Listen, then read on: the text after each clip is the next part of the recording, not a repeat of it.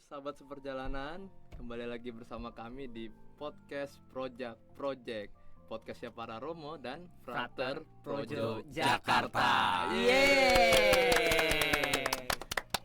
Oke, sahabat seperjalanan, hari ini kita merayakan hari Pasca. Loh, salah. Pasca. Ini nih Pasca. Coba lihat dulu ya.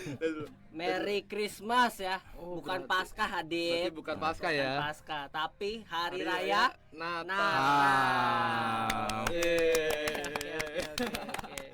Perkenalan dong Dudi. Oh ya, perkenalan dulu ya. Perkenalan dulu. Sekarang bersama dengan saya Frater Adit. Dan saya Frater Surya. Lalu di tengah-tengah kita ini ada narasumber spesial nih untuk hari ini. Guest star nih. Guest star, baru pertama kali lihat ya. Iya.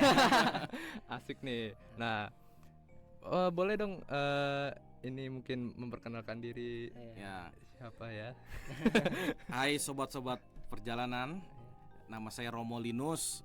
Saya sekarang tugas di tahun orientasi rohani menemani frater-frater yang baru masuk gitu ya. Itu saja ya, cukup ya perkenalan Ya, itu. benar, cukup Oke, banget. oke, cukup. Karena SK-nya baru itu.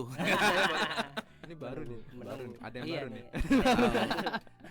Sejauh ini belum ada tugas baru, tugasnya itu aja. Oke. Ya, Romolinus baru ditabiskan 2023 ini ya, Ya, Bang, betul sekali. Ya, berarti masih fresh nih pengetahuannya nih, bakal banyak banget yang bakal di-sharingkan ke kita nih. Betul. Perihal apa tadi nih? Apa? Natal. Perihal Natal. Makanya kita akan bahas bareng-bareng ya bersama Romolinus, ahlinya Natal ya. Kita bakal bahas bareng-bareng soal Natal. Nah, Romolinus langsung aja ya. Yap. Kan kalau dalam Natal nih ya, dalam perayaan Natal vibes-nya itu selalu meriah ya, selalu meriah, dimana udah mulai masuk Desember nih, udah mulai banyak dekorasi, mulai banyak ya pernak-pernik dan sebagainya gitu. Lagu-lagu juga. Lagu-lagu kan, Betul. we wish you a merry Christmas ya. Asik. Masuk. Itu mau ya. Dan ya itu salah satu aspek terpenting ya, aspek yang nggak bisa hilang dalam Natal, salah satunya dekorasi. Dan dekorasi salah satunya adalah kandang Natal. Ya, Ya, betul sekali. Nah, saya bertanya-tanya gitu, Romo. Penasaran gimana sih kok bisa ada kandang Natal gitu? Sejarahnya gimana sih? Awalnya Romo? gimana? Awal mulanya Betul. gimana sih? Ya, kandang Natal ya, sebuah dekorasi. Sebenarnya bukan hanya dekorasi, tapi ungkapan iman. Ungkapan iman kita akan kelahiran Yesus. Itu kan kalau kita lihat dari bahasa Latin ya, asalnya itu namanya presepe. Presepe itu artinya palungan. Nah, kalau dari katanya aja artinya palungan, sebenarnya yang utama dalam gua atau kandang Natal apa? Palungan, di mana Yesus nanti hadir berbaring di situ. Itu yang kita rayakan, kita nantikan. Nah, kalau kita mau lihat sejarahnya, sebenarnya yang pertama kali membuat gua Natal atau presepe itu adalah Santo Fransiskus Assisi. Santo Fransiskus Assisi pada tahun 1223. 1223. Udah lama. Berarti 800 tahun yang lalu. 8 abad. Bayangin ya, 8 abad yang lalu di sebuah kota kecil namanya Greccio Greccio. di Itali. Oh, Ya, Itali. sebuah kota kecil Greccio. Kenapa di Greccio? Karena disitulah ada namanya komunitas Fransiskan. Nah, kenapa Fransiskus Assisi itu pingin membuat gua Natal? Karena beliau itu baru saja pulang dari perjalanan ke Tanah Suci. Kan kalau teman-teman ingat itu lagi pada masa apa? Perang salib. Oh iya benar. Ya kan? Beliau mengunjungi Tanah Suci dalam rangka perdamaian. Tapi ketika dia mengunjungi Tanah Suci, dia tersentuh hatinya. Kenapa dia tersentuh? Dia melihat, membayangkan dan merasakan secara langsung di mana Yesus lahir, besar, tinggal. Maka dalam hatinya itu dia punya cita-cita untuk membangun itu kembali, membawanya ke di mana dia tempat tinggal di Greccio, supaya bisa diwartakan ke umat-umat di sana di Greccio. Lalu dia minta izin ke Paus Honorius ketiga, ya, pada tahun 1223. Awalnya tidak diizinkan karena kan merupakan sesuatu yang baru. Namun ya berkat bantuan teman-teman sama Fransiskan akhirnya diwujudkanlah itu ya gua Natal yang sangat sederhana. Isinya nggak ada Yesus, nggak ada Maria, hanya ada palungan dan binatang-binatang di sekitarnya, ada kambing, domba, sapi, ya. Jadi nggak ada patung Maria Yosef sama sekali, nggak ada. Lalu di tempat itulah dirayakan Natal, malam Natal 24 Desember 1223. Dia mengundang banyak orang datang, sembari mengisahkan secara lebih hidup, ya kan, mewartakan, mengisahkan bagaimana Yesus itu lahir tepatnya seperti ini loh, ada palungannya. Nah, ada semacam testimoni dari sumber Fransiskan, dicatat juga bahwa mereka yang datang itu sangat bergembira dengan mendengar dan mengikuti perayaan Ekaristi akan kelahiran Yesus, dan pulang juga dengan gembira. Jadi niat awalnya itu ya ingin melukiskan, mewartakan bagaimana Yesus lahir. Maka lewat gua Natal yang sangat sederhana itu pada zaman Fransiskus Assisi. Itu awal mulanya di situ. Iya. Wah, Dit, banyak banget informasi baru ya. Katanya banyak banget ya informasi baru. Kita baru tahu nih ternyata kalau ya kandang atau gua Natal tuh gak cuma soal dekorasi, tapi juga soal ungkapan iman. Betul. Ya, dan juga tadi ya besar peranannya ada Fransiskus Assisi ya, yang pertama kali yang menghidupkan tradisi ada kandang Natal, gua Natal itu. Iya betul. Berarti awalnya itu bukan kandang Natal tapi gua Natal ya dibuatnya. Di awalnya di gua gitu. Tapi ya. yang intinya adalah palungannya. Palungannya itu intinya. Presepe.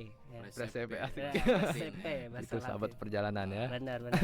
Ya, Adit ada penasaran lagi gak sih soal Lalu nih Mo, waktu itu pemaknaannya itu gimana sih pada waktu itu ya, pemaknaannya soal gua Natal, soal palungan itu.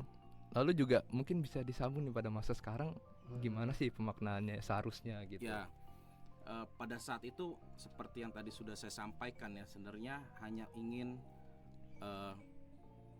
menghadirkan kembali momen Yesus lahir, melukiskan bagaimana sih Yesus lahir. Dari kota Greccio melihat orang datang berbondong-bondong lalu pulang dengan bahagia. Lalu kegiatan atau kebiasaan ini diteruskan di kota-kota lain di Italia. Sampai pada tahun 1225 ada seorang pematung, namanya siapa ya sini ya? Namanya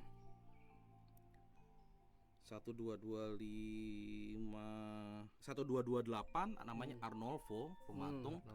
Dia menambahkan unsur patung Yesus dan patung Maria. Perkembangan selanjutnya pada masa Konsili Trente, ya teman-teman frater-frater pasti juga tahu, ada pernah mendengar Konsili Trente. Paus Paulus ketiga mengatakan ada baiknya di setiap kota dibangun kandang gua Natal. Dan kalau bisa di setiap rumah bangsawan dibuat versi kecilnya. Jadi dari gua besar di tengah kota cukup agak lebih besar sedikit, lalu masuk ke rumah-rumah orang, ya jadinya gua Natal kecil di rumah. Awalnya dari Konsili Trente itu ya. Jadi Konsili Trente bukan soal teologi aja, tapi ternyata juga ada keputusan-keputusan semacam ini. Lalu maknanya apa? Nah teman-teman, pada tahun 2019 Paus Fransiskus itu mengeluarkan dokumen namanya Admirabile Signum. Tanda-tanda yang indah, tanda-tanda yang admirable ya, apa sih indah ya, semacam itu ya, tanda-tanda yang luar biasa. Di situ Paus Fransiskus menekankan dan mengundang setiap umat, baik di rumah, baik dalam komunitas, keluarga, sekolah, di rumah sakit untuk membuat kandang Natal bersama-sama.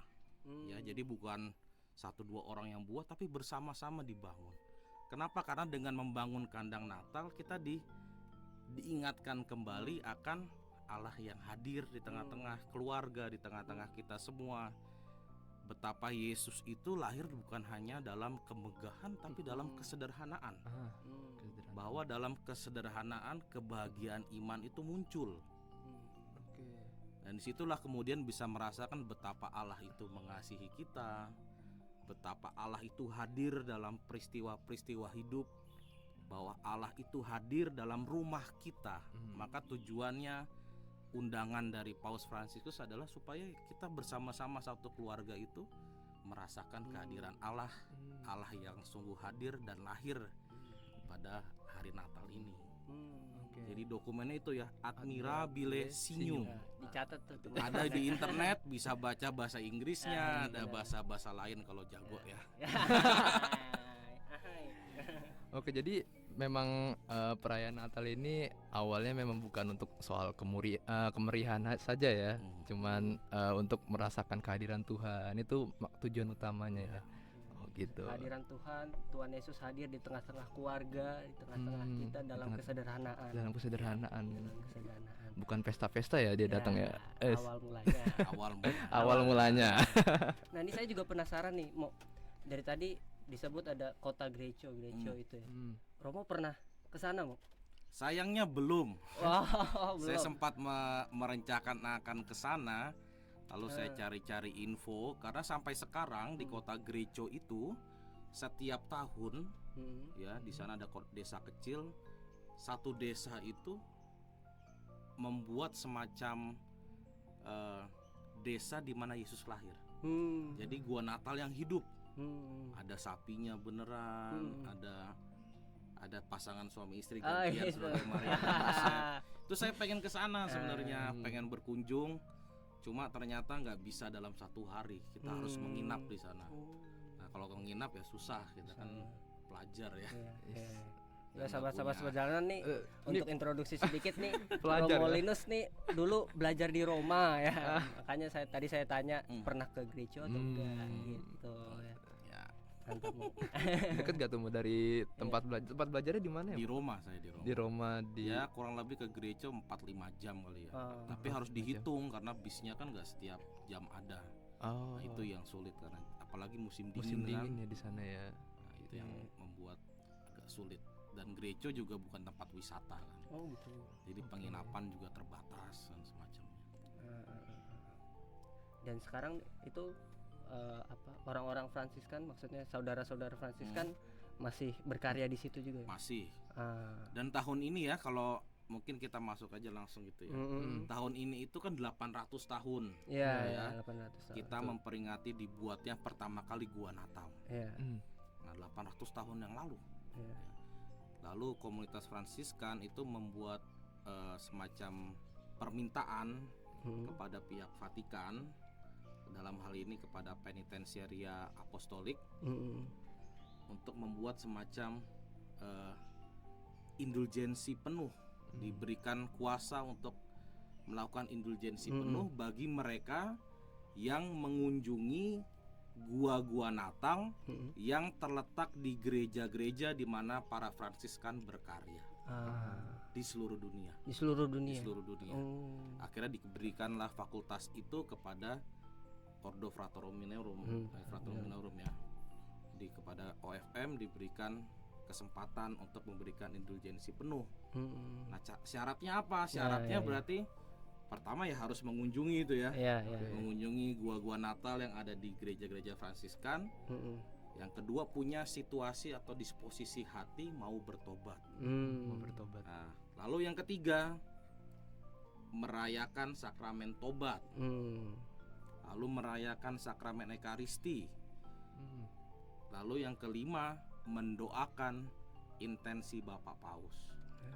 Caranya gimana mendoakan intensi Bapak Paus itu kan?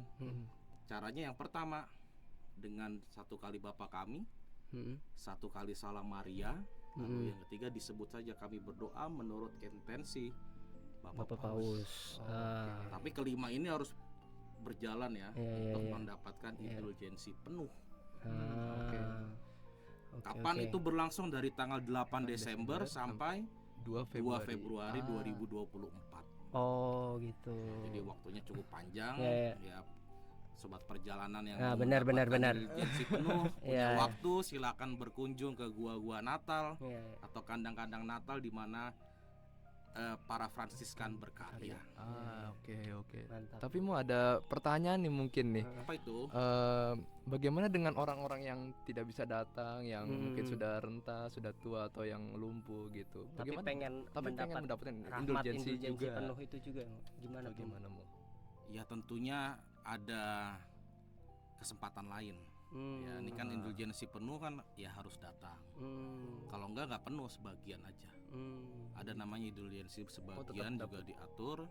Cuma kalau mau dapat penuh ya semua rangkaian-rangkaian itu harus dilakukan. Oh gitu. Contoh indulgensi penuh misalnya saat Urbi et Orbi. Ya kan? Ya. Ketika Paus memberikan berkat kepada dunia kan. Ya. Ketika Natal dan Paskah itu. Tapi Urbi et Orbi itu nggak bisa sendirian, harus misa, sakramen tobat juga. Nah itu momen-momen lain di mana kita bisa menerima indulgensi penuh. Tentunya ada situasi-situasi khusus seperti yang 800 tahun peristiwa di Gereja ini. 800 tahun.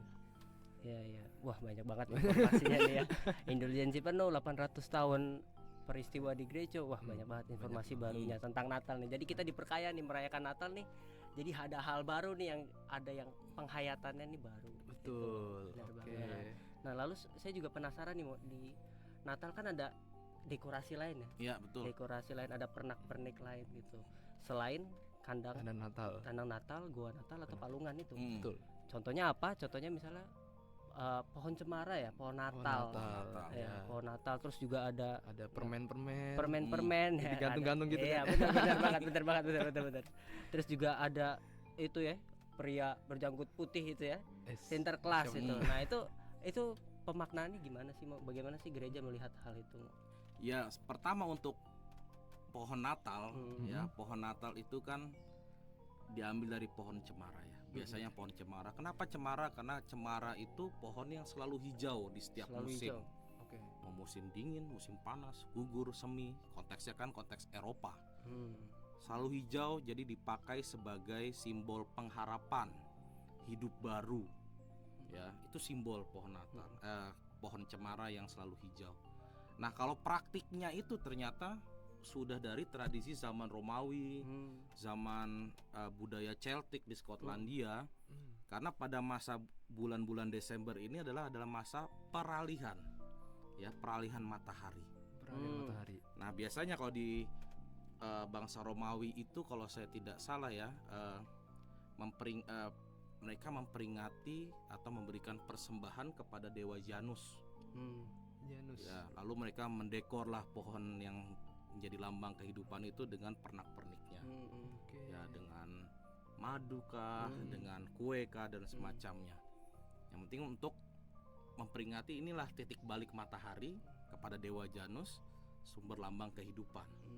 Nah, praktik itu kemudian diteruskan oleh jemaat-jemaat Kristiani ya, dengan semangat yang sama bahwa Yesus itu membawa kehidupan baru, membawa pengharapan, bahwa hidup kita itu juga penuh pengharapan, penuh iman juga, bahwa Yesus lahir membawa hidup baru.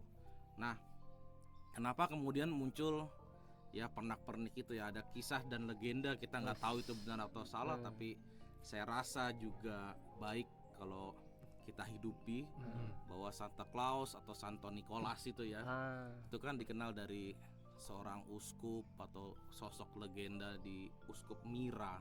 Mungkin daerah Turki sekarang ya. Bahwa ketika dia menjadi uskup, itu dia punya terobosan bagaimana membawa Yesus kepada anak-anak. Bagaimana caranya anak-anak bisa mengenal Yesus? Lalu dia membuat terobosan, ya kita datang ke setiap rumah, mengunjungi anak kecil dengan membawa makanan-makanan ringan, hadiah-hadiah kecil gitu supaya mereka tertarik. Lalu disitulah muncul Santo Nicholas, orang yang dekat dengan anak-anak.